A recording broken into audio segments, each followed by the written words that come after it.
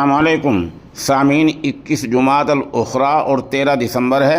आज की ख़बरों की शुरुआत उम्मुल मदारिस दारुल उलूम देवबंद के शोबाए तजवीद के उस्तादुल असातिज़ा कारी अल मुक़री हज़रत मौलाना मोहम्मद यूसुफ साहब दामत बरकातुहुल आलिया की तिलावत कलाम पाक से की जा रही है।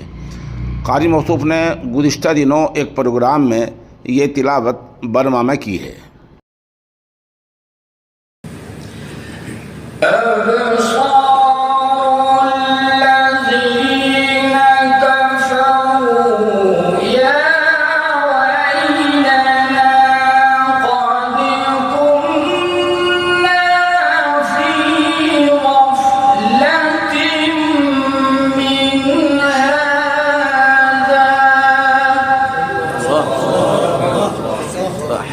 أحسنت جميل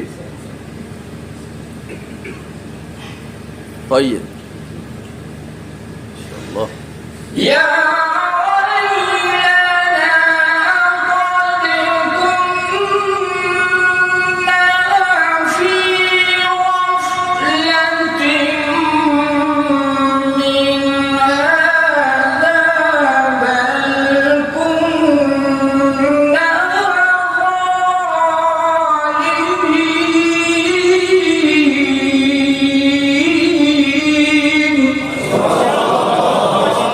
إن شاء الله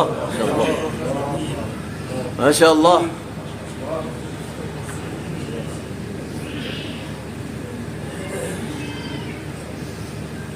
يا ويلنا قد كنا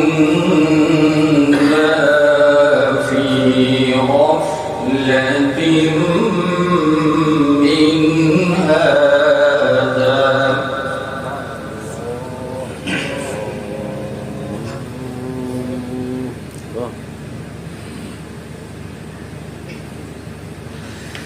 يا